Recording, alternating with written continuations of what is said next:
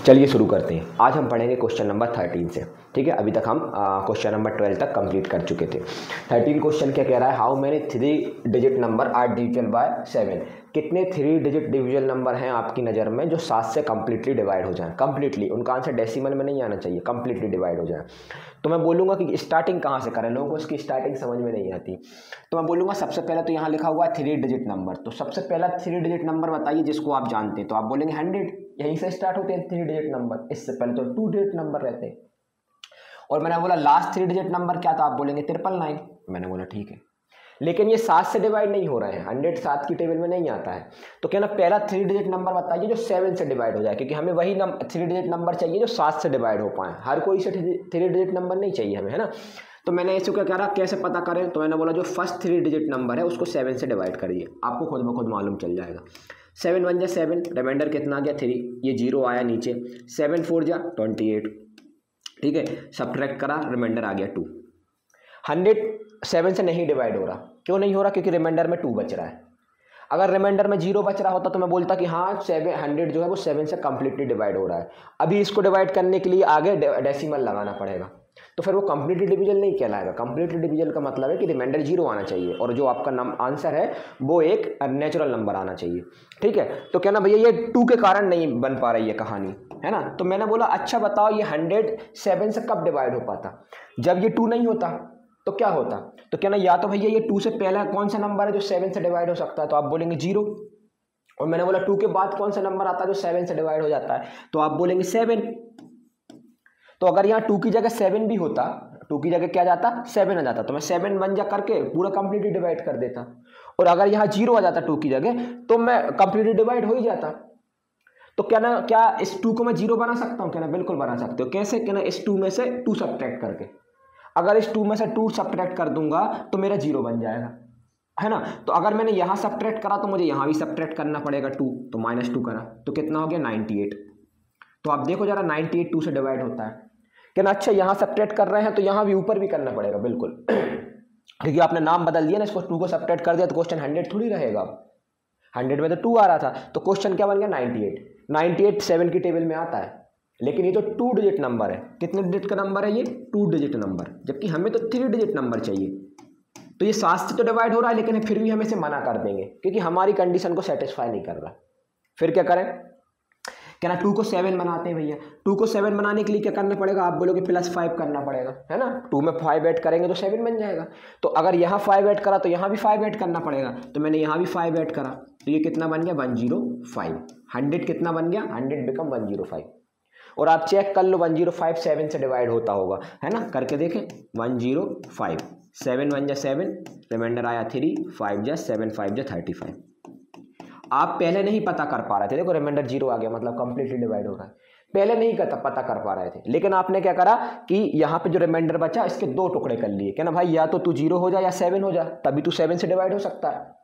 तो उसने बोला अगर मैं 0 होऊंगा तो ये 198 बन जाएगा, और अगर मैं 7 होऊंगा तो मैं 105 बन जाएगा। तो हमने 98 को मना कर दिया क्योंकि उसमें 2 डिजिट थे, तो हमने 105 को एक्सेप्ट कर लिया कि हाँ 105 3 डिजिट नंबर भी है और 7 से डिवाइड भी हो रहा है। तो अगर मैं बोलूँ कि पहला 3 डिजिट नंबर कौन सा है जो 7 से डिवाइड होता है, तो आप बोलेंगे 105।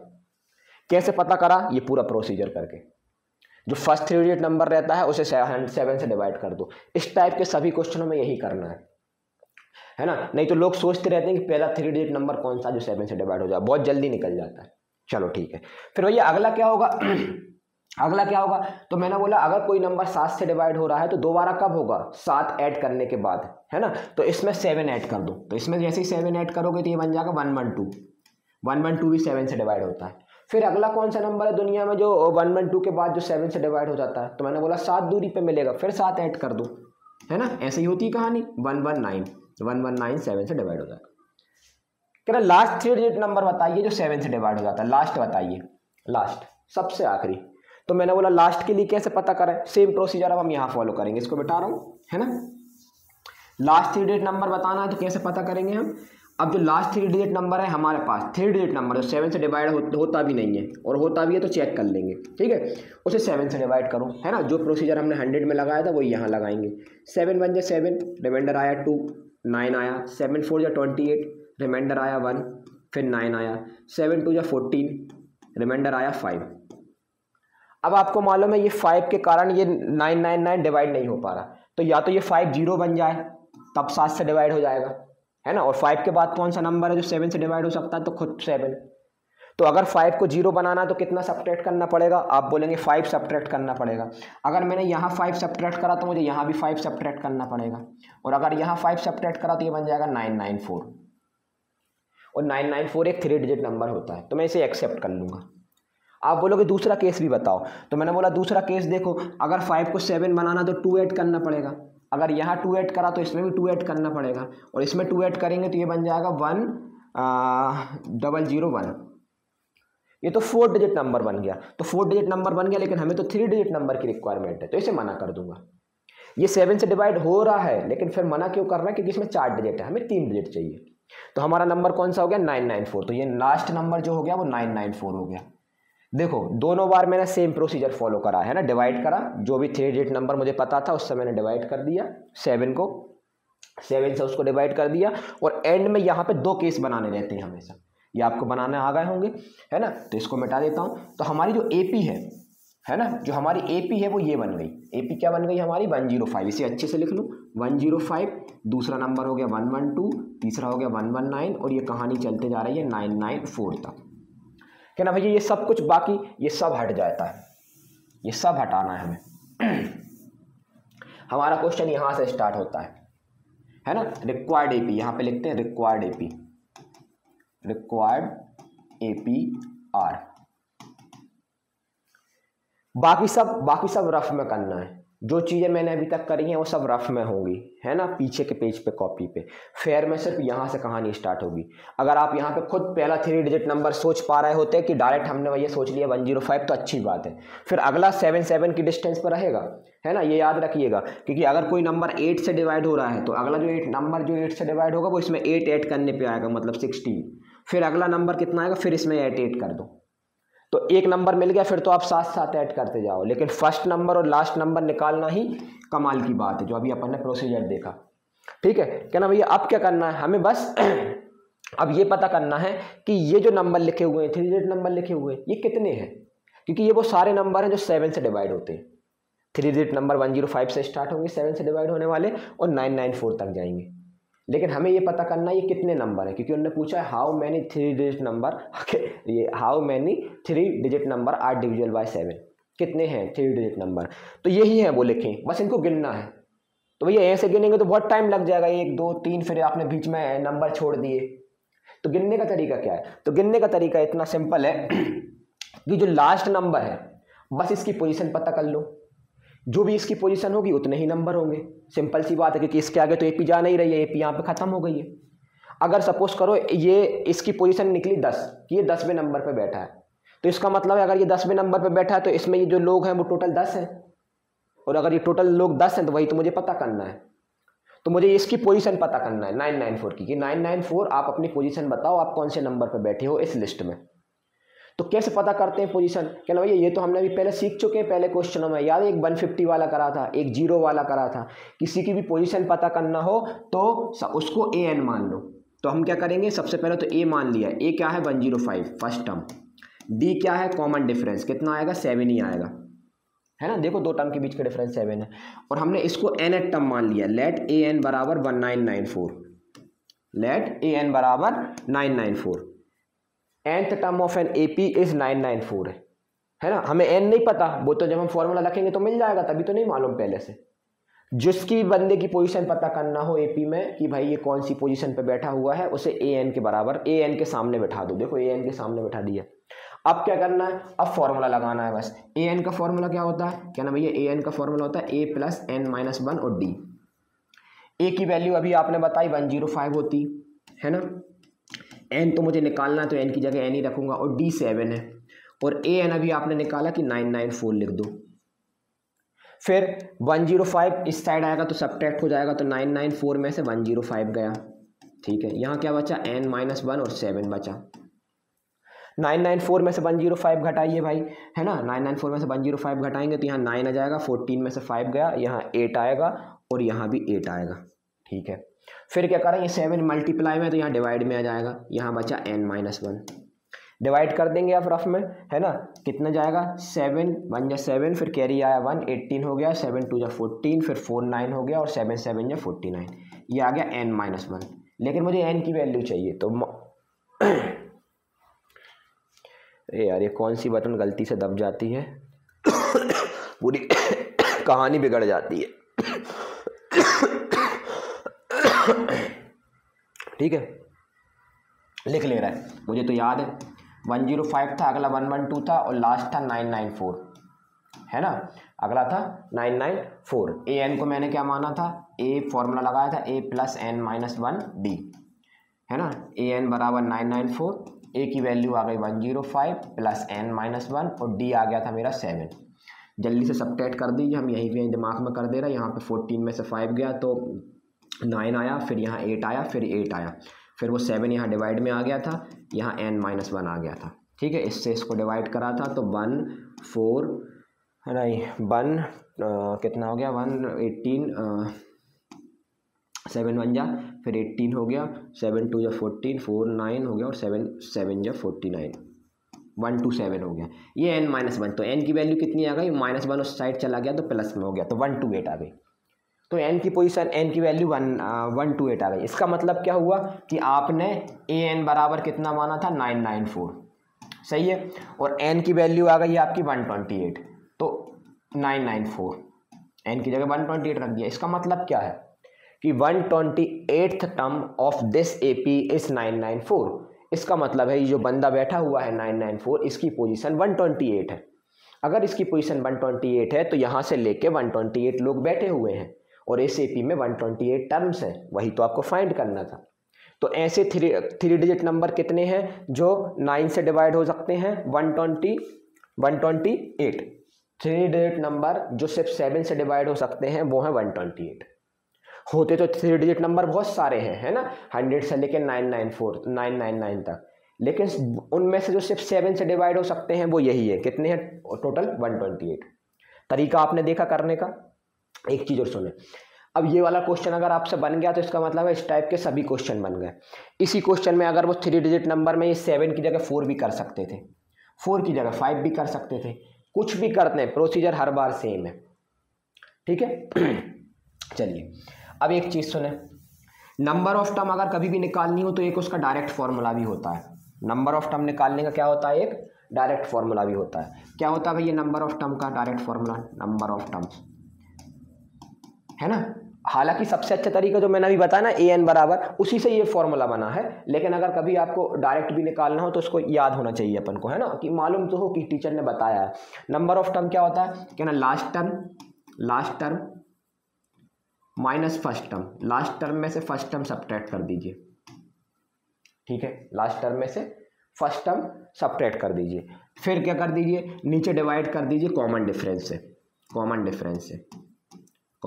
से डिवाइड कर दिया। जो भी आंसर आ जाए उसमें 1 ऐड कर दीजिए। आपको मालूम नहीं है ये फॉर्मूला उसी से बना है an से, है ना, an के फॉर्मूले में n की वैल्यू निकालोगे तो यही बनेगा। तो नंबर ऑफ टर्म का फॉर्मूला ये होता है ना, last term minus first term upon, इसे मैथमेटिक्स में लिखें तो ऐसे भी लिख सकते हैं, नंबर ऑफ टर्म बराबर n, लास्ट टर्म मतलब l, है ना, फर्स्ट टर्म मतलब a, कॉमन डिफरेंस मतलब d और यहाँ +1। ठीक है, ये नंबर ऑफ टर्म का फॉर्मूला हो गया। क्या ना, इससे करके बताइए, आंसर ला के बताइए। तो मैंने बोला देखो जरा जल्दी करते हैं ना। लास्ट टर्म कितनी है, नंबर ऑफ टर्म निकाल रहे हैं हम, लास्ट टर्म कितनी है तो आप बोलेंगे 994, माइनस फर्स्ट टर्म कितनी है तो 105, कॉमन डिफरेंस कितना है 7, इसका जो आंसर आएगा उसमें 1 ऐड करना है अलग से अलग। सॉल्व करवाइए भाई जल्दी। 105 सब्ट्रैक्ट करेंगे तो कितना आ जाता है, 9 आएगा यहाँ पे, और फिर यहाँ पे 8 आ जाएगा और यहाँ पे भी 8 आ जाएगा, है ना, और ये 7 हो गया। फिर 7 से आप और +1 अलग चल रहा है। जब आप इसको डिवाइड करेंगे 7 से तो 7 1 जा, है ना, और 7 2 जा 14, फिर 4 9 आ गया, 7 7 जा और +1।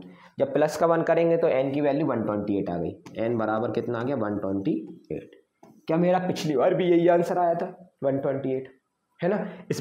इस बार डायरेक्ट आ गया, इतनी मेहनत नहीं करनी पड़ी। तो कल को अगर आपको नंबर ऑफ टर्म भी निकालना पड़ जाए डायरेक्ट तो आप इसी मेथड से, मतलब ये मेथड लगा सकते हैं आप, फॉर्मूला ये वाला, है ना। ये मेथड नंबर 2 है। m2, जो हमने पहले करा था वो m1 था। नंबर ऑफ टर्म का डायरेक्ट फॉर्मूला भी कई बार पूछ लिया जाता है। तो इसका मतलब है भैया कि कल को अगर हमें कभी भी कोई एपी दे दें, जैसे सपोज करिए ये एपी लिखी हुई है 2 2 4 6 8 है ना, और यहाँ 20 लिखा है, और मुझे ये पता करना है इस एपी में कितनी नंबर ऑफ टर्म है ना, इस एपी में कितनी नंबर ऑफ टर्म है। तो मेरे पास दो तरीके हैं। पहला तरीका क्या है, m1 मेथड क्या है कि an को 20 मान लो, जो लास्ट नंबर है उसको क्या मान लो an, लास्ट नंबर को an के सामने बिठा दो। जैसे ही आप लास्ट नंबर को an के सामने बिठाएंगे है ना, और उसमें an का फॉर्मूला लगा देंगे, तो देखो a + n-1d = 20। a की वैल्यू बताओ, तो आप बोलेंगे 2 n-1 d भी कितना है 2 = 20। अब जरा जल्दी जल्दी सॉल्व करो, ये 20 उस साइड गया, कितना गया 18 है ना, फिर ये 2 डिवाइड में हो गया तो 9, तो n की वैल्यू कितनी आ गई 10, ये -1 उस साइड, एक तरीका। दूसरा तरीका क्या भैया, जो आपने अभी बताया है मेथड नंबर 2। मेथड नंबर 2 क्या बोलता है, लास्ट टर्म में से फर्स्ट टर्म माइनस कर दो, लास्ट टर्म में से क्या माइनस कर दो, फर्स्ट टर्म माइनस कर दो, लास्ट टर्म में से आप फर्स्ट टर्म माइनस कर दो, तो 20 में से 2 माइनस कर दिया, ठीक है 20 में से 2 माइनस कर दिया, डिवाइड कर दो कॉमन डिफरेंस से, कॉमन डिफरेंस सबके बीच में 2 था, फिर एंड में जो आंसर आएगा उसमें 1 ऐड कर देंगे, तो देखो ये 18 डिवाइडेड बाय 2 कितना हो गया 9, 9 में 1 ऐड करा 10, तो ये क्या आ गई n की वैल्यू है ना, n = 10। क्या दोनों से सेम आंसर आया, आप बोलेंगे हाँ, जहाँ इसमें 4 स्टेप में आ रहा है वहाँ इसमें 2 स्टेप में आ रहा है, इतना फ़र्क आता है ना, हमें डायरेक्ट फॉर्मूला पता होना चाहिए। चलो नेक्स्ट क्वेश्चन देखते हैं।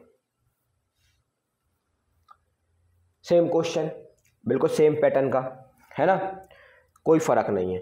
How many multiples of 4 lie between 10 and 250, 10 और 250 के बीच में मल्टीपल ऑफ 4 कितने हैं। मल्टीपल ऑफ 4 का मतलब है कि ऐसे नंबर जो 4 की टेबल में आते हों, ऐसे नंबर जो 4 से कंप्लीटली डिवाइड हो जाए, जो भी पिछला क्वेश्चन पढ़ा था उसी को दूसरे फॉर्म में बोलने का तरीका है ना, कि ऐसे नंबर बताइए जो 4 से डिवाइड हो जाएं और जो 10 और 250 के बीच में आते हों, है ना।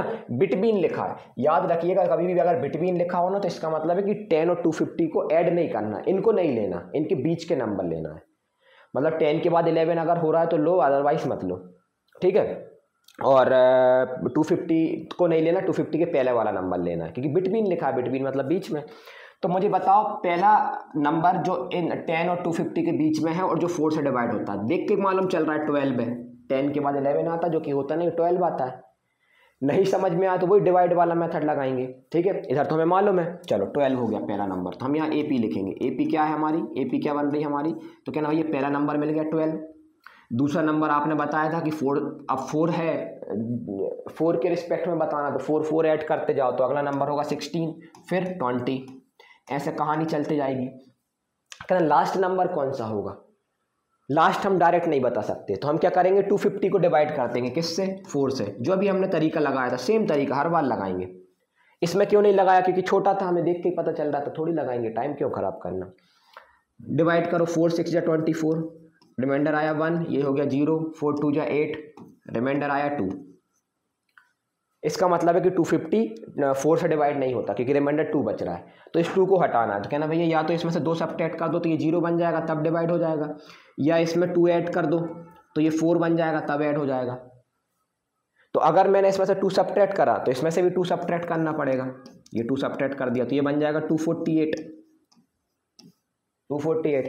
और अगर इसमें मैंने दूसरा केस बनाने की कोशिश करी जो कि +2 करने पे बनेगी, तो इसमें +2 करूंगा तो ये बन जाएगा 252, है ना।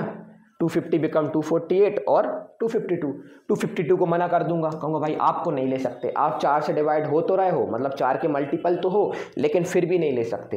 पूछेगा क्यों, तो कहना भैया हमें 250 के पहले वाले नंबर चाहिए, बीच वाले, है ना, 250 के बाद वाले नहीं चाहिए। तो पहले कौन आ रहा है, कहना 250, 248, तो जो लास्ट नंबर है वो 2 से डिवाइड हो जाएगा, वो कितना हो जाएगा 248, ऐसे पता करा हमने। और ये कहानी कहाँ चलेगी, ये कहानी चलेगी रफ में, ठीक है।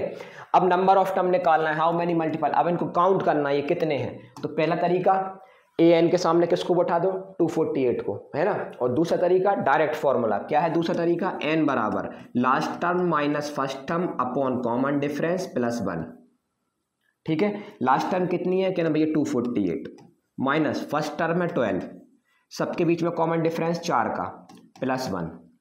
248 में से 12 जाएंगे तो 236 बचेगा, डिवाइडेड बाय 4 कर देना और +1 कर देना। जब इससे डिवाइड करेंगे तो 4 कितना गया 5 जा, है ना, और 3 कैरी आया 36 हो गया, 4 9 जा और +1 ऐड कर दिया तो टोटल आंसर आपका आ गया 60। तो n की वैल्यू कितनी आ गई, n की वैल्यू आ गई 60। इसका मतलब है ये जो टर्म है 12 से लेकर 248 तक ये कितनी है 60 टर्म्स है। तो ऐसे नंबर जो 10 और 250 के बीच में पड़ रहे हैं और जो 4 से डिवाइड हो रहे हैं या जो 4 के मल्टीपल हैं वो कितने हैं, टोटल 60 टर्म्स है वो, है ना। कितना सिंपल क्वेश्चन था, सेम पैटर्न फॉलो करा जो हमने अभी करा था, है ना, जो हमने अभी करा था सेम क्वेश्चन, कोई अलग नहीं था। तो आपने देखा एक टाइप के क्वेश्चन को थोड़ा आराम से कर लो, फिर ना उस टाइप के सारे क्वेश्चन बन जाएंगे जहाँ जहाँ मार्केट में, है ना, मार्केट में जैसे जिस टाइप के क्वेश्चन है सारे लगभग बन जाएंगे, लेकिन थोड़ा एक को थोड़ा बेसिक से अच्छे से कर लो। चलो अगला क्वेश्चन देखते हैं, मैंने पैटर्न बदल दिया। For what value of n are the nth term of 2 APs। अच्छा ये एक AP दी हुई है यहाँ से लेके यहाँ तक, है ना, और एक AP दी हुई है इक्वल। अच्छा बता, 2 AP हैं, आपके फ्रेंड ने एक नंबर एक AP बनाई, आपने एक AP बनाई, ऐसा पॉसिबल है क्या कि दोनों में कोई एक नंबर कॉमन हो? बिल्कुल पॉसिबल है ना, बिल्कुल पॉसिबल है ना। तो ये 2 AP है, एक AP ये है एक AP ये है। उन्होंने बोला for what value of n are the nth term of both AP are equal. इनमें से कौन सी टर्म दोनों की इक्वल होगी? होगी कोई सी ना कोई सी इक्वल, क्यों नहीं होगी? देखो जरा, ये 63 65 67 जा रहा है ना, आगे बढ़ रहा है, ये बन जाए 3 7 10, आगे जाके कोई ना कोई सी टर्म तो सेम टकराएगी क्योंकि दोनों सेम डायरेक्शन में जा रहे हैं, है ना। तो कौन सी टर्म है ये पता करना, अच्छा क्वेश्चन है क्योंकि बैठ के नहीं सोच सकते अपन, या तो कब तक बढ़ाएंगे, तो मैथमेटिक्स से करेंगे। कैसे करना है हमें? फर्स्ट AP की बात करते हैं, है ना। क्वेश्चन में है बोला है कि दोनों AP की nth टर्म इक्वल है। चलो nth टर्म इक्वल है तो फॉर फर्स्ट AP लिखना पड़ेगा, for first AP। First AP क्या है आपकी, तो कहना भैया 63 लिखा हुआ है, 65 लिखा हुआ है, 67 लिखा हुआ है। तो मैं बोलूँगा इसका A कितना है, तो आप बोलेंगे 63। B कितना है, तो आप बोलेंगे 63 माइनस 62 2 आ गया, ठीक है। और इसकी जो nth टर्म है वो मैं मान ले रहा हूँ let nth term be an, इसकी nth टर्म है वो है an, ठीक है। अब जो सेकेंड AP है, फॉर सेकेंड AP, अब इनको रिप्रेजेंट करना तो पड़ेगा ना, आपको किसी तरीके से समझाना पड़ेगा, तो वही कर रहे हैं हम। nth टर्म कितनी है, नहीं तो करने को तो क्वेश्चन में कुछ नहीं करना है हमें, बस हम समझाना है ना कि एग्जाम में कैसे रिप्रेजेंट करें। ये सेकंड AP है, फॉर सेकंड AP। A कितना है, कहना 3, तो अब A स्मॉल A तो यूज़ कर चुका हूँ तो मैं कैपिटल A यूज़ कर रहा हूँ, 3 हो गया। स्मॉल D यूज़ कर चुका हूँ तो मैं कैपिटल D यूज़ कर रहा हूँ, कितना हो गया 7 आ जाएगा, 10 माइनस 3। और लास्ट क्या बचा, let nth term, let nth term be capital AN। ये दोनों AP के बारे में सब कुछ बता दिया। अब क्या करना है मुझे, अब मुझे ये बताना है अकॉर्डिंग टू क्वेश्चन। उन्होंने बोला है कि दोनों की nth टर्म इक्वल है। nth टर्म इक्वल है मतलब फर्स्ट AP की nth टर्म क्या है, कहना भैया AN, और सेकंड AP की nth टर्म क्या है, कहना कैपिटल AN, दोनों की इक्वल है ना। लिखा है ना for what value of n are the nth term of both AP are equal. n की किस वैल्यू के लिए दोनों की nth टर्म इक्वल होगी, है ना। तो मैंने दोनों की nth टर्म को इक्वल कर लिया। अब इसका फॉर्मूला बताइए, तो आप बोलोगे A plus n minus 1D। मैं बोलूँगा कैपिटल AN का फॉर्मूला, इसमें भी सेम लगेगा, लेकिन इसमें हमने फर्स्ट टर्म को कैपिटल A बोला है तो कैपिटल A लिखेंगे, n माइनस 1 और D, है ना। तो कैपिटल D लिखा है हमने, इसमें कैपिटल D यूज़ करा है सेकंड AP में, है ना। बस हमें रिप्रेजेंट करना था अलग अलग टर्म से, क्योंकि नहीं तो A सेम हो जाएगा। चलो स्मॉल A की वैल्यू आप बोलेंगे 63 प्लस n माइनस 1, और D कितना है 2। n सेम है n तो सेम ही आएगा ना दोनों का, कि भाई इसकी 50 टर्म और उसकी 50 टर्म सेम आ रही है ना। इसमें जो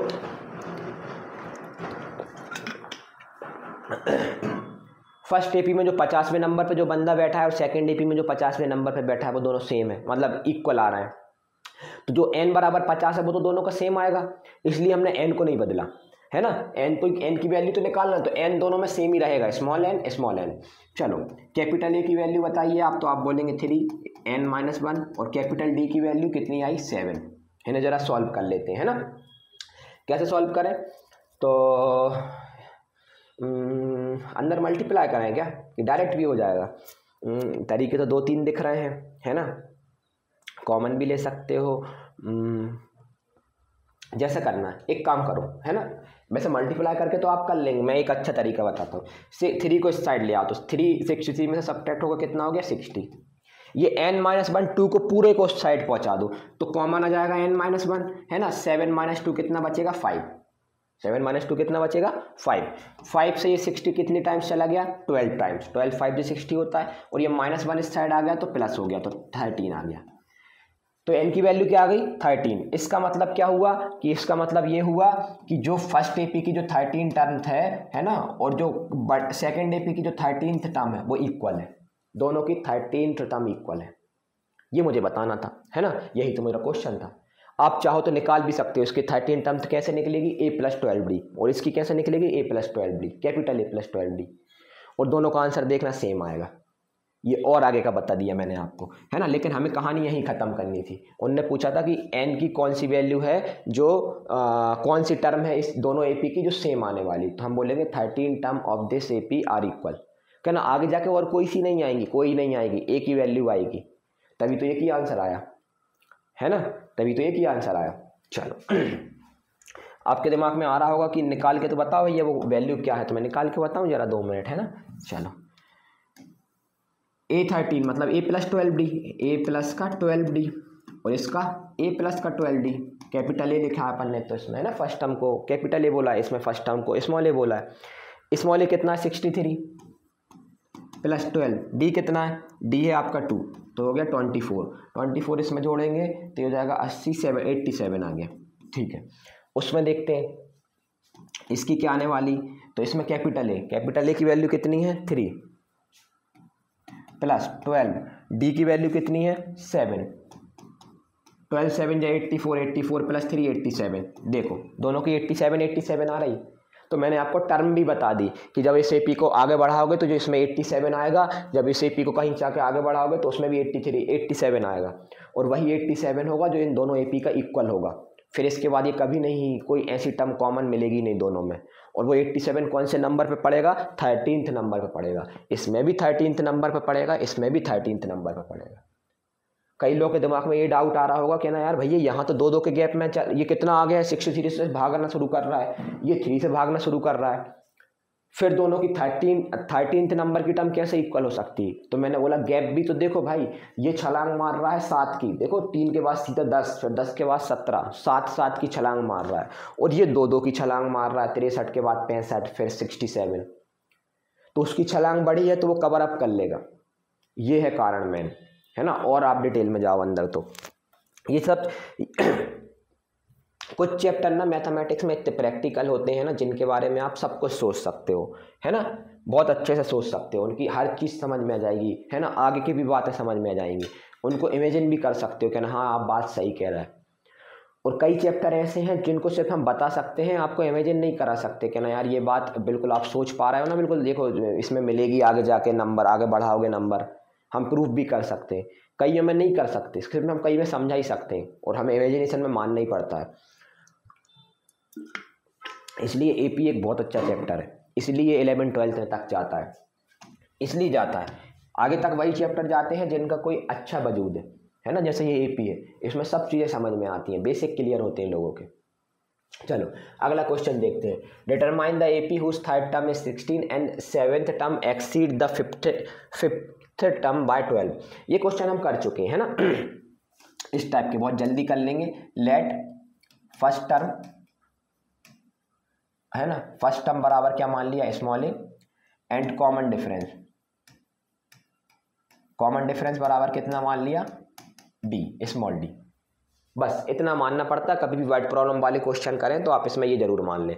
अब उन्होंने बोला determine the AP whose third term, according to question पे आते हैं। बस ये लाइन जरूर लिखने के बाद डायरेक्ट अकॉर्डिंग टू क्वेश्चन पे आए। उन्होंने बोला इसकी थर्ड टर्म कितनी है, उस third term is 16, third term is 16, मतलब ये भी गिवन में ही लिख दो, है ना।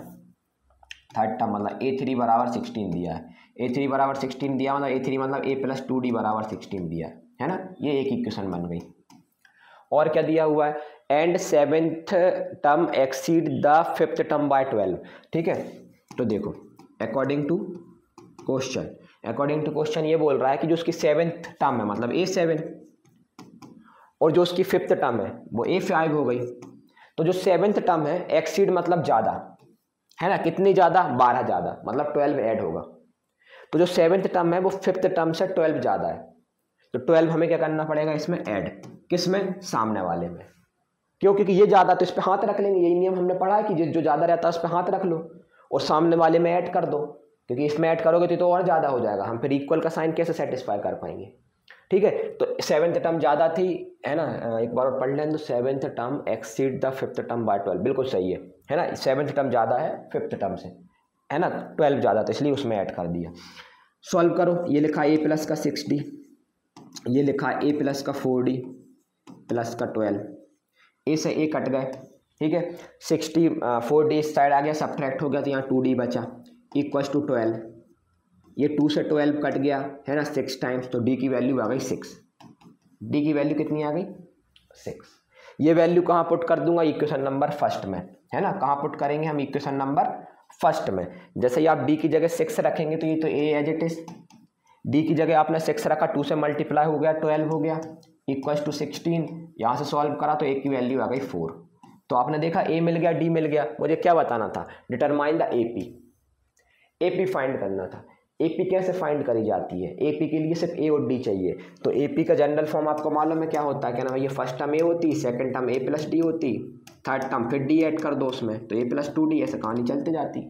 तो A है 4, उसमें D और ऐड कर देंगे, A प्लस D में तो हो गया 10, फिर 6 ऐड करते जाओ, फर्स्ट टर्म के बाद कॉमन डिफरेंस ऐड करते जाओ, 16 फिर 22 फिर 28, क्या ना कहानी चलते जाएगी। ये आपकी रिक्वायर्ड AP आ गई, क्या आ गई आपकी रिक्वायर्ड AP, यही AP आपको फाइंड करनी थी। कितना सिंपल क्वेश्चन है, पहले भी कर चुके थे, कोई बड़ा काम नहीं था है ना, इस टाइप का क्वेश्चन तो पहले भी आ चुका था।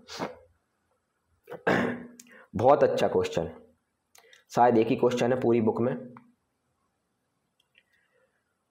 में, मतलब आपके अर्थ में AP में क्लास 10th में एक ही क्वेश्चन है, लेकिन बहुत अच्छा क्वेश्चन है। क्वेश्चन क्या है, find the 20th term from the last of this AP। इस AP की 20 नंबर पे जो टर्म है वो बताना है, लेकिन कहां से बताना है, लास्ट से बताना है, लास्ट से, स्टार्टिंग से नहीं बताना। जैसे मैंने बोला कि भाई यहां से स्टार्टिंग से सेकंड नंबर की टर्म कौन सी है, तो आप बोलेंगे 8। मैंने बोला लास्ट से सेकंड नंबर की टर्म कौन सी है, तो आप 8 नहीं बोलेंगे, कुछ और आएगा 250 के आसपास, सही है। तो बदल जाती है स्टार्टिंग से देखने और एंड से देखने में, बिल्कुल सिंपल सी बात है ये तो, चलो ठीक है। लेकिन भैया तो इसमें दिक्कत क्या है, दिक्कत ये है कि जो फॉर्मूले बनाए गए हैं ना वो स्टार्टिंग से बनाए गए हैं, फर्स्ट टर्म A ली जाती, कॉमन डिफरेंस D लिया जाता है। फॉर्मूले जो बनाए गए हैं वो स्टार्टिंग से बनाए गए हैं, और इसमें एंड से पूछा है, तो फॉर्मूले आपके फेल हो गए, तो फॉर्मूले से आप कर नहीं सकते। तो क्या ना भैया एंड से भी कोई फॉर्मूला बनाया होगा, बिल्कुल एंड से भी एक फॉर्मूला बनाया है, ठीक है, वो फॉर्मूला बताते हैं। इस क्वेश्चन को करने के 2 तरीके है ना, पहला तरीका फॉर्मूले से, दूसरा तरीका है थोड़ा बेसिक से है ना, और मुझे दूसरा पसंद है, तो पहले मैं पहला बता रहा हूँ फॉर्मूले से है ना, जो लोगों को ज़्यादातर पसंद आता है। तो अगर फॉर्मूला होता है nth term from last, nth term of AP from last, तो nth टर्म का फॉर्मूला लास्ट से क्या होता है, तो देखो वैसे तो फॉर्मूला क्या होता है आपको मालूम है, A plus n minus 1D होता है, तो यहाँ होता है L minus n minus 1D। L क्या है, क्या ना देखो बाकी सारी टर्म तो सेम है, A फर्स्ट टर्म, A तो आएगी नहीं, अब D common difference, n number of term, L मतलब लास्ट टर्म, L मतलब लास्ट टर्म, और AN तो n है ना। तो आपको कौन सी टर्म फाइंड करना है, 20 टर्म फाइंड करना है। तो आप इस AP में जरा बताओगे, इस AP में A कितना दिया हुआ है, तो आप बोलोगे A3 दिया हुआ है भैया, D कितना दिया है, D 5 दिया है, 8 माइनस 3 है ना, लास्ट टर्म कितनी है L 253, ठीक है। और कुछ बताना है क्या, हाँ, और n हमें कौन सा फाइंड करना है, n बराबर दिया 20 नंबर की टर्म फाइंड करना है ना हमें, है ना। तो n बराबर 20, वैल्यू सब्स्टिट्यूट कर दो, तो आप जैसे बोलेंगे तो ये बन गया A20, ठीक है। l मतलब 253 माइनस n माइनस मतलब 20 माइनस d मतलब कितना 5, सिर्फ वैल्यू सब्स्टिट्यूट कर रहा हूँ। 253 माइनस ये हो गया 19 इंटू 5, ठीक है। 253 में से ये कितना गया 95, है ना। 19 इंटू 5 95 होता होगा, 19 पंजी 95। सब्ट्रैक्ट करो भाई, 13 में से 5 गया तो 8 आया, है ना। यहाँ 14 में से 9 गया तो 5 आया, है ना। और यहाँ 1 आ गया 150। इसका मतलब है ये 20th टर्म आई है from last of this AP is 158। इस एपी की जो 20th टर्म है लास्ट से वो 158 है, क्योंकि हमने कौन सा फॉर्मूला लगाया, ये वाला फॉर्मूला लगाया। फॉर्मूला लिख लेना, लोगों को याद नहीं होता है ना, बड़ा कंफ्यूजन रहता। तो याद करने का तरीका मैं बता दे रहा हूँ। ए एन का फॉर्मूला, बेसिक फॉर्मूला क्या बोलता है, a plus N minus 1d, है ना। तो देखो n माइनस 1d तो दोनों में सेम ही है। यहाँ a है क्योंकि आप स्टार्टिंग से लेते हो, तो यहाँ l आ गया क्योंकि आप लास्ट से ले रहे हो। लास्ट से ले रहे हो तो यहाँ प्लस होता है, तो यहाँ माइनस हो जाता है, बाकी सब चीज़ें सेम। तो याद करने का तरीका ये है ना। ये कौन सा मेथड हो गया, फर्स्ट। कैसे करा, डायरेक्ट फॉर्मूले से करा। डायरेक्ट फॉर्मूला क्या होता है, l minus N minus 1d। किस चीज़ का formula, nth term of an AP from last. कोई सी भी टर्म निकालना है एपी की लास्ट से, तो ये वाला फॉर्मूला लगाएंगे। चलो ठीक है। कितना आंसर आ गया 158। चेक कर लिया आंसर, आंसर एक बार चेक करना भाई, है ना। 100 घटाया तो 153 आ गया, 150 बिल्कुल सही है। एक मेथड हो गया, मेथड नंबर 1 फॉर्मूले से, है ना, सबको पसंद आता है। अब मेथड नंबर 2 देखो, जो हमें बड़ा पसंद आता है और जो बेसिक यही है ना। बेसिक यही है। बेसिक क्या बोलता है, कहना एक चीज़ बताओ, है ना, एक छोटी सी चीज़ बताना। मैंने बोला कि यहाँ पे 4 लोग बैठे हुए हैं, 5 लोग बैठा दे रहा हूँ, A B C D E, 5 लोग बैठे हुए है ना। एक और कर दो, F कर दो, 6 लोग बैठे हुए हैं। मैंने बोला भाई एक बात बताओ ना यार, हमें एंड से लेके 3rd नंबर पे कौन बैठा है ये पता करना है। एंड से 3rd नंबर पे कौन बैठा है, लास्ट से 3rd नंबर की पोजीशन पे कौन बैठा है बताओ। तो आप बोलोगे ये तो छोटी सी 6 टर्म लिखी है, बिल्कुल अब भी बता दे रहा हूँ भैया। लास्ट से मतलब इस साइड से बताना है। तो देखो ये फर्स्ट, ये सेकंड, ये थर्ड, बिल्कुल डी बैठा हुआ है ना, गिन लिया आपने। लेकिन अगर यही दूसरे तरीके से किसी को समझाना होता तो कैसे समझाते, क्या ना वो चाह रहा है कि वो लास्ट तक जाए नहीं, क्योंकि नहीं जाना चाह रहा। तो उसने क्या करा, कलाकारी देखो, उसने पूरी एपी को पलट दिया, इस पूरी टर्म को पलट दिया मतलब जो स्टार्टिंग लास्ट में बैठा था उसको स्टार्टिंग में कर दिया, जो सेकंड लास्ट पे था वो सेकंड पे आ गया, है ना। जो 3rd लास्ट पे था वो 3rd पे आ गया, और ये सी आ गया, ये बी आ गया, ए आ गया, है ना। पूरे 6 लोग आ गए, 6 आ गए। पूरी एपी को पलट डाला उसने, ऐसा घुमा डाला। तो जो बंदा लास्ट से 3rd नंबर पे था वो इस एपी में स्टार्टिंग से 3rd नंबर पे पाया जाएगा कि नहीं, चेक करते हैं। देखो स्टार्टिंग से 3rd नंबर पे वही आ रहा है, लास्ट से 3rd पे भी वही था, स्टार्टिंग से भी 3rd पे वही है। क्यों हो पा रहा है, क्योंकि आपने इस एपी को पूरा पलट दिया। तो जो वहां से 3rd नंबर पे था वो स्टार्टिंग से 3rd नंबर पे आ गया। कितना तरीके से सोचा जिसने भी सोचा, है ना। तो हमें भी यही करना है इस एपी में हमें भी यही करना है। तो हम क्या करेंगे, हम ये क्या कर देंगे, हम इस एपी को रिवर्स कर देंगे। रिवर्स दिस एपी, इस एपी को मैंने रिवर्स कर दिया। रिवर्स करने का मतलब है कि 253 स्टार्टिंग में आ गया, फिर डॉट डॉट डॉट डॉट कुछ नहीं था, फिर आ गया 13, फिर 8 आ गया और 3 आ गया। जो 3 स्टार्टिंग में था वो एंड में चला गया, जो 253 एंड में था वो स्टार्टिंग में आ गया। पूरी एपी को पलट दिया। अब इस एपी का जो लास्ट कौन सी टर्म निकालनी थी, 20 टर्म, कहां से, लास्ट से, इस एपी में। तो इस एपी में वही कौन सी टर्म हो जाएगी, स्टार्टिंग से, है ना। तो 20th टर्म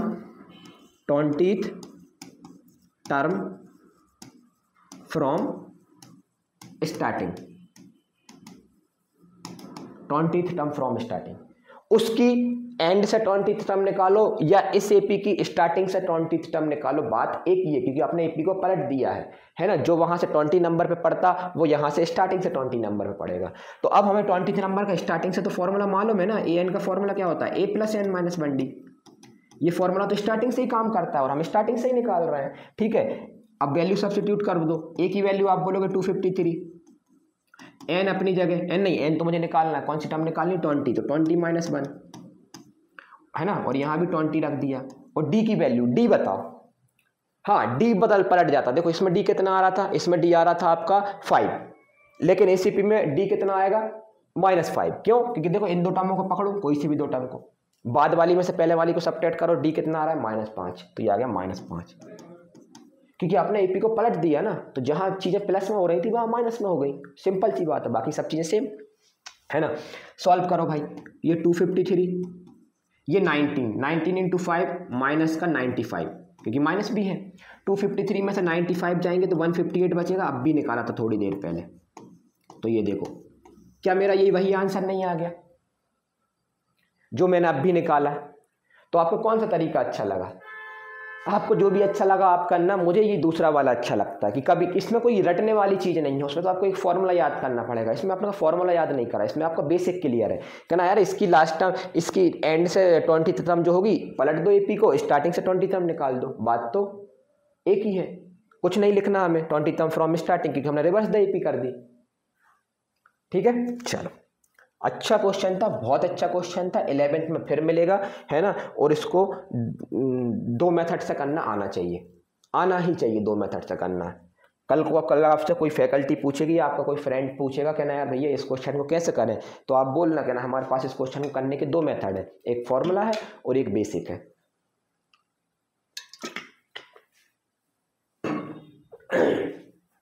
चलो अगला क्वेश्चन देखते हैं। The sum of the 4th term and 8th term of an AP is 24 and the sum of the 6th term and 10th term था यहाँ पे, है ना, 6th term and sum of 6 यहाँ पे है ना, या पूरा लिख लेना, ये सम है, sum of 6th term and 10th term is 44, 6th और 10th का सम 44 है ना। Find the first 3 term of AP, पहली 3 टर्म एपी की बताना है। पहली लाइन आप लिख लेंगे, let first term of AP, first term of AP, AP की पहली टर्म आपने क्या मान ली, ये इतना वाला डॉट क्यों लग जाता है ना, छोटा लगाओ ना भाई, एपी कितना ए, और कॉमन डिफरेंस कितना मान लिया आपने, कॉमन डिफरेंस आपने डी मान लिया, ये आपने डी मान लिया। चलो फर्स्ट टर्म आ गई, कॉमन डिफरेंस आ गया। अब आपसे बोला अकॉर्डिंग टू क्वेश्चन, क्वेश्चन के अकॉर्डिंग चलते हैं, अकॉर्डिंग टू क्वेश्चन। ज़्यादा ही पतला पेन हो गया क्या, है ना, हाँ। According to question, sum of 4th and 8th term of an AP is 24, उसकी चौथी और 8वीं टर्म का जो सम है वो 24 है। 4th टर्म को मैथमेटिक्स में कैसे बोलेंगे, A4, और 8th टर्म को A8, और उनका सम मतलब बीच में प्लस आएगा, और इन दोनों का सम करने पे आंसर कितना आ रहा है, 24, ये बोला है क्वेश्चन में। थोड़ा और सॉल्व कर लो भाई, तो ये लिखा हुआ A प्लस का 3D, ये लिखा हुआ A प्लस का 7D इक्वल्स टू 24। लोग इसे डायरेक्ट भी कर लेते हैं, क्योंकि दोनों में ए आने वाला रहता, तो लोग कहते हैं डायरेक्ट 2A लिख दो, इसमें 3 आने वाले, इसमें 7 आने वाले, तो 10D लिख दो इक्वल्स टू 24। बिल्कुल, तो लोग ना ये स्टेप नहीं लिखते, सीधी छलांग कहाँ लगा देते हैं, यहाँ। आप भी लगा सकते हो, लगा दो, है ना। कैसे, दोनों में ए तो आएगा ही, एक ही बार आता है। डी कितना आता है, 4 लिखें तो 3 आएगा, 8 लिखें तो 7 आएंगे, दोनों को जोड़ा तो 10 आएंगे। क्या मैं सबको 2 से डिवाइड कर दूं, हो रहा है भाई, जितनी इक्वेशन छोटी कर सको उतना अच्छा है। ए प्लस का 5D इक्वल्स टू 12, सबको 2 से डिवाइड कर दिया, ये इक्वेशन नंबर फर्स्ट हो गई, है ना। क्वेश्चन कहाँ तक कंप्लीट हो गया, 24 तक। आगे बढ़ते हैं। And the sum of the 6th term and 10th term is 44, जो उसकी 6th टर्म है और जो उसकी 10th टर्म है उनका जो सम है वो 44 है, ये बोला है। आगे, और हमें फर्स्ट 3 टर्म ऑफ एपी निकालना है, मतलब ए और डी निकल जाएंगे तो सब मिल जाएगा। करो अब आप इसमें अपन डायरेक्ट छलांग लगाते हैं ना, कितने ए 2 ए आने वाले क्या ना, हाँ। इसमें डी कितने आने हैं, 5, क्योंकि 6 है तो डी 5 आएगा। इसमें 9 आने वाले है ना, तो 5 और 9 14 है ना, तो 14D आएंगे, 14D, तो यहाँ लिख दिया 14D इक्वल्स टू 44। ऐसे टाइम बचाना पड़ता है अपन को, ठीक है। सबको 2 से डिवाइड कर दूं, है ना, तो 2 से डिवाइड कर दिया, ये बताना नहीं रहता, हमें 2 से डिवाइड कर दिया, फैकल्टी समझ जाती है अगर आपने सही करा है तो। ये इक्वेशन 2 आ गई, फर्स्ट आ गई, इक्वेशन 2 आ गई। कौन से मेथड से सॉल्व करें, हर बार वही करते हैं, एलिमिनेशन मेथड से सॉल्व करेंगे, है ना, क्योंकि फर्स्ट वेरिएबल जो है उसका कोफिशिएंट सेम है। तो मैं डायरेक्ट कर दूं, इक्वेशन फर्स्ट में से क्या सेपरेट करना है, इक्वेशन सेकंड। लिखने की जरूरत नहीं पड़ती भाई ये छोटे मोटे क्वेश्चनों को, है ना, एग्जाम में आप भी मत लिखना। आपको मालूम है, देखो ए में से ए गया पूरा 0, 5D में से 7D गया तो कितना बचेगा, -2D, ओके। यहाँ 12 है, वहाँ 22 है, 12 में से 22 गया तो माइनस का 10 है ना, ये कट गए, 2 से 10 घट गया 5 टाइम्स, तो डी की वैल्यू कितनी आ गई, डी की वैल्यू आ गई 5, तो मुझे डी मिल गया।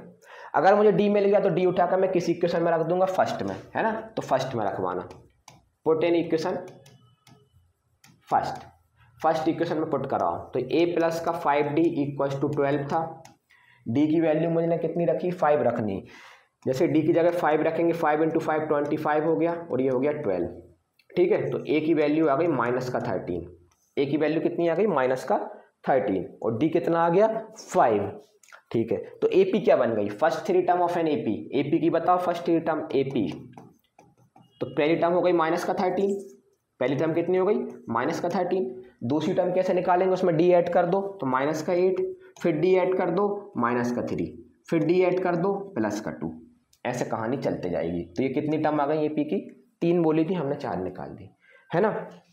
चलो d तो सही आया यार, मुझे a में माइनस में थोड़ा कन्फ्यूजन, एक बार चेक कर लो, है ना, सेकेंड इक्वेशन में रख कर देखते हैं, 5 रखा 35 सही आ रहा है है ना। कई बार ऐसे नेगेटिव में आंसर आते हैं ना तो थोड़ा अपन को लगता है चक्सी के ना यार सही है कि गलत, क्योंकि चेक तो कर नहीं पा रहे हैं ना अपन, इसमें चेक नहीं कर सकते, पेयर ऑफ लीनियर इक्वेशन थोड़ी है जिसमें अपन आंसर भी चेक कर सकते, क्वाड्रेटिक इक्वेशन में भी चेक कर लेते थे, है ना। चलो अगला क्वेश्चन क्या है, Shubha Rao starting work in 1995 at an annual salary of 5000, है ना। शुभा राव जो हैं उन्होंने अपना काम शुरू करा 1995 में और जिनकी स्टार्टिंग सैलरी थी वो 5000 थी, पहले के टाइम पे 5000 भी बहुत ज़्यादा हुआ करते थे 1995 में, है ना। And receive an increment of 200 each year, जो इंक्रीमेंट आज मिलता है ना, तो उस टाइम कितना मिलता था कि 200 पर ईयर मिलता था, हर साल 200 रुपये बढ़ जाता था, है ना। In which year did his income reach 7000, उनकी इनकम 7000 कब पहुँचेगी, बहुत ही अच्छा और बहुत ही बेसिक और बहुत ही मतलब रोज़मर्रा वाला काम, है ना। सोचो आज आप एक कंपनी में ज्वाइन कर रहे हो और आपकी सैलरी 5000 है, कंपनी वालों ने आपसे बोला कि यार हर साल हम आपको 200 रुपये का इंक्रीमेंट देंगे, इंक्रीमेंट का मतलब है कि आज आपकी सैलरी 5000 है तो एक साल बाद 200 रुपये और बढ़ जाएगी, मतलब 5200 हो जाएगी, फिर अगले साल कितनी हो जाएगी, एक साल बाद 5200 फिर ऐड हो जाएगी, तो मतलब 5400 हो जाएगी, तो ऐसे 200 का इंक्रीमेंट होते जाएगा, ठीक है। अब आपके दिमाग में आया कि ना यार भैया इस हिसाब से मैं इस कंपनी को ज्वाइन करता हूँ तो मेरी सैलरी 7000 कब होगी, कितने साल बाद होगी, ये सोच रहे हैं आप। लेकिन आप ये सोच रहे हो तो आपको फिर मैथमेटिक्स की ज़रूरत पड़ेगी ताकि आप कैसे उसका आंसर निकाल पाओगे, तो मैथमेटिक्स में AP इस चीज़ में आपकी मदद कर सकता है। तो देखो हम AP बनाएंगे, रिक्वायर्ड AP, कुछ नहीं लिखना रहता है ना, आप बोलो कि ये लिखना है, कुछ नहीं लिखना है ना, ये वर्ड प्रॉब्लम में कुछ क्वेश्चनों में कुछ नहीं लिखा जाता, डायरेक्ट AP बनाओ और क्वेश्चन कहानी शुरू कर दो। रिक्वायर्ड AP, तो सबसे पहले स्टार्टिंग में आपकी क्या थी 5000 सैलरी, फिर अगले साल एक साल बाद कितनी आ गई 5200 इंक्रीमेंट हो गया, तो मतलब 5200 हो गई, फिर अगले साल 200 और हो गई तो 5400 हो गई, ऐसे आपकी बढ़ते गई। आपको कब पता करना है कि in which year did his income reach 7000, आपकी सैलरी 7000 कब होगी, तो आप एंड में जाके आपको ये पता करना कि मेरी सैलरी 7000 कब होगी, यहाँ पे आप रुक गए, इसके आगे नहीं जा रहा है आप। ये थी आपकी AP बना लिया आपने, पहली 5000 फिर इंक्रीमेंट और 7000 एंड 7000 क्यों रखा, क्योंकि आपको यही पता करना था कि मेरी सैलरी 7000 कब होगी। तो कब होगी, तो कहना भैया सपोज करो कि यहाँ से स्टार्ट है वहाँ तक जा रही है एंड तक, है ना, मुझे ये पता चल जाए कि 7000 कौन से नंबर पे बैठा हुआ है, तो अगर यहाँ 5वें नंबर पे बैठा तो इसका मतलब 5 साल में मेरी सैलरी 7000 हो जाएगी, है ना, और 10वें नंबर पे बैठा तो 10 साल में हो जाएगी। तो मुझे 7000 की पोजीशन पता करना है बिल्कुल, क्योंकि जो उसकी पोजीशन होगी वही तो तभी तो मेरी 7000 तक पहुँचूँगा मैं। तो जिसकी भी पोजीशन पता करना रहता है AP में हम क्या करते हैं, उसको AN के सामने बैठा देते हैं, है ना। तो A को क्या माना मैंने 5000, D कितना आ रहा है 200 रुपीज़, है ना, और AN के सामने किसको बैठा दिया मैंने 7000 को, ताकि मुझे N पता चल जाए। जिस भी बंदे की पोजीशन पता करना है AP में उसको AN के सामने बैठा दो, AN के सामने 7000 को बैठा दिया। अब फॉर्मूला लगा दो आप, A प्लस का N माइनस का 1D इक्वल्स टू 7000। A मुझे मालूम है 5000 है, N माइनस 1 अपनी जगह, D मेरा 200 है, यहाँ 7000 है, 5000 उस साइड सब्ट्रैक्ट हो जाएगा, है ना, तो कितना बचेगा 2000, ये हो गया 200, यहाँ कितना बचा 2000। इसको सॉल्व करेंगे तो देखो ये 2 डबल जीरो से डबल जीरो गए, है ना, 2 से 20 गया 10 टाइम्स, n-1 इक्वल टू 10, तो n की वैल्यू कितनी आ गई, -1 उस साइड जाके प्लस में हो गया तो 11। तो इसका मतलब पता है क्या हुआ, मतलब ये हुआ कि a जो 11 है वो है आपका 7000, A11, क्योंकि an बराबर आपने कितना माना था 7000, तो n की वैल्यू 11 आ गई। इसका मतलब है कि 11th term of this AP is 7000। इसका मतलब है कि first year, second year, third year, तो जो 11th ईयर होगा, 11th ईयर में आपकी जो सैलरी होगी वो 7000 हो जाएगी, क्योंकि ए मतलब 5000 मतलब ये फर्स्ट ईयर की बात है, 1 साल की बात है, फिर 1 साल बाद सेकेंड ईयर की बात है, थर्ड ईयर, तो ये 11th ईयर में आपकी सैलरी 7000 हो जाएगी, मतलब 10 साल बाद। 11th ईयर चल रहा तो 10 कंप्लीट कर चुके होगे आप, है ना, तो 11th ईयर में आपकी सैलरी जो है वो 7000 हो जाएगी, अगर आप 5000 से स्टार्टिंग कर रहे हैं और हर साल 200 रुपये का इंक्रीमेंट हो रहा है। तो कल को भाई आप नौकरी थोड़ी छोड़ोगे, है ना अच्छी नौकरी है, तो जब आप आगे बढ़ोगे और आपको डाउट आया कि यार मेरी सैलरी 70,000 कब होगी, अभी तो 7000 पे चेक करा, आप 70 पे भी चेक कर सकते हो, यहाँ 70,000 लिख दो, an के सामने 70,000 को बैठा दो, तो n फाइंड कर लो, पता चल जाएगा 70,000 कब होगी। ठीक है, तो ऐसे आपको पूरी कहानी समझ में आ गई होगी। तो सिंपल, कितना साफ सुथरा क्वेश्चन रहता है। तो आपने देखा वर्ड प्रॉब्लम वाले क्वेश्चन कितने अच्छे रहते हैं और कितने बेसिक रहते हैं, आपको तो रोजमर्रा जिंदगी में काम आना ही है। अगला क्वेश्चन देखते हैं। Ramkali saved 5 in the first week of the year and then received her weekly saving by 1.75 and then increased her weekly saving by 130. If in the nth week her weekly saving become 2075, find n। बड़ा अच्छा सवाल है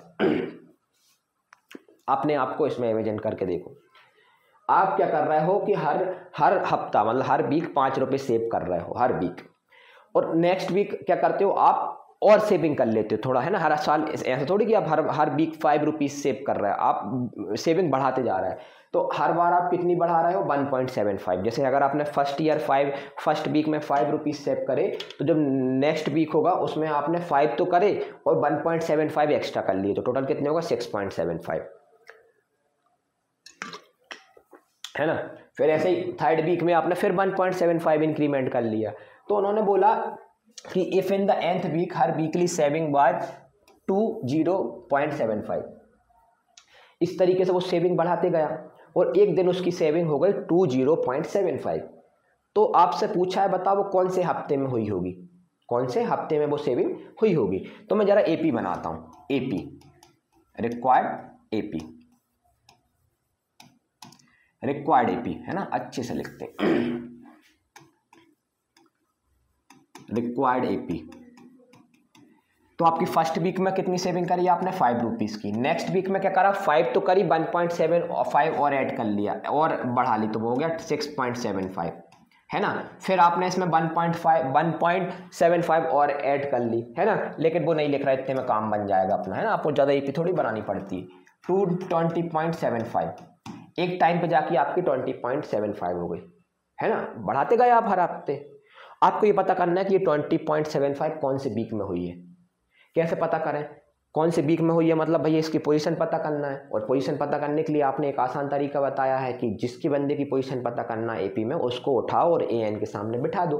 तो मैं an के सामने इसको बिठा देता हूँ। तो सबसे पहले लिख दे रहा हूँ a बराबर 5 है, d बराबर 1.75 है, और an के सामने किसको बिठा दिया मैंने 20.75 को। लेट लिख के an के सामने बिठा दूंगा, n मिल जाएगा तो मुझे पता चल जाएगा an के सामने, है ना। तो जिस भी बंदे की पोजीशन पता करनी रहती है उसको an के सामने बिठाओ।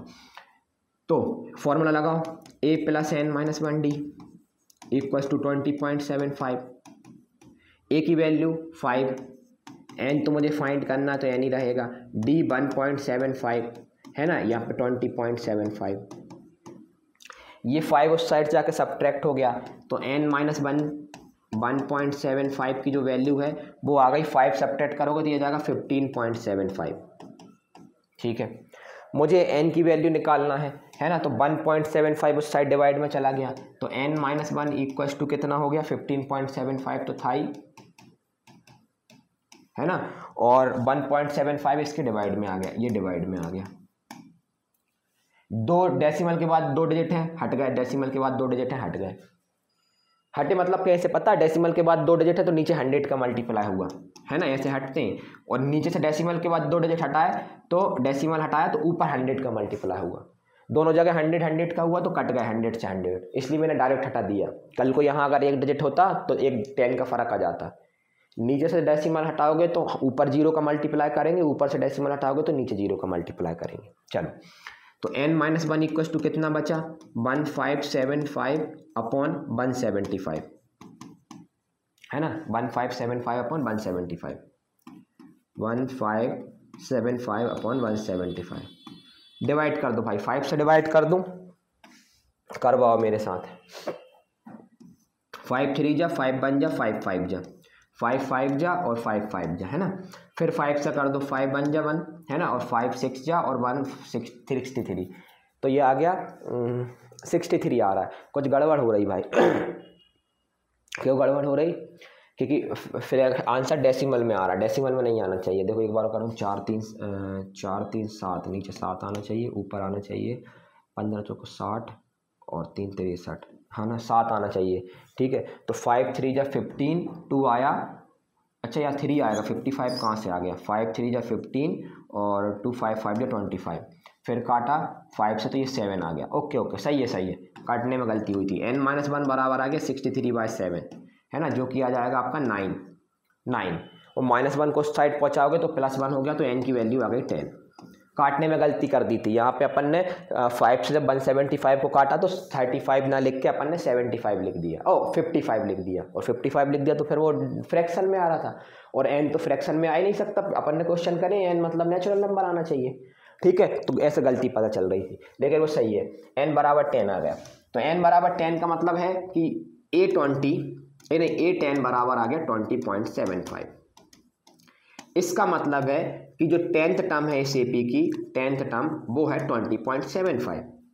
इसका मतलब है कि जो 10th वीक होगा तब आपकी जो सेविंग है वो 20.75 हो जाएगी, कभी ना कभी तो आपकी 20.75 होगी, तो वो कब होगी, 10th वीक में होगी। क्यों, क्योंकि आपने 5 रुपये से स्टार्टिंग करी और हर साल आपकी सेविंग बढ़ाते गए और 1.75 से बढ़ाते गए आपकी सेविंग, तो 20.75 कभी ना कभी तो होगी। तो वो कौन से वीक में होगी, वो होगी 10th वीक में। 10th वीक में आपकी इतनी सेविंग हो जाएगी। क्या पिछला क्वेश्चन और ये क्वेश्चन सेम नहीं था, उसमें इंक्रीमेंट सैलरी था, इसमें आप इंक्रीमेंट सेविंग कर रहे हैं, बात तो एक ही है। चलो, तो n बराबर 10 आपका आंसर आ गया। ओके, और यहाँ पे आपका ये वाली एक्सरसाइज खत्म होती है ना, यहाँ पे एक्सरसाइज खत्म होती है 5.2 पूरी, ठीक है। चलो, टिंग टिंग, है। तो आपने देखा हमने 5.2 पूरी कंप्लीट कर लिया, पूरे 20 क्वेश्चन। अब हम 5.3 करेंगे। 5.3 में हम सम ऑफ n टर्म्स के बारे में सीखेंगे, अभी n टर्म के बारे में सीखा था। यहाँ तक कंप्लीट कर लेना, बहुत IMP एक्सरसाइज है, बहुत IMP चैप्टर है, 11th में भी आएगा, 12th में भी आएगा, है ना। तो इसलिए इस पर इतना ध्यान दिया जा रहा है और इतने बेसिक से पढ़ाया जा रहा है ना, ताकि चीज़ें आगे तक क्लियर हों, क्योंकि यही क्वेश्चन आगे आने वाले हैं 11th में, कोई अलग से नहीं आने वाले, ये तो आएंगे, इन्हीं को एक्सटेंड कर देंगे और, ठीक है। तो चलिए, आपने देखा, थैंक यू फॉर वॉचिंग।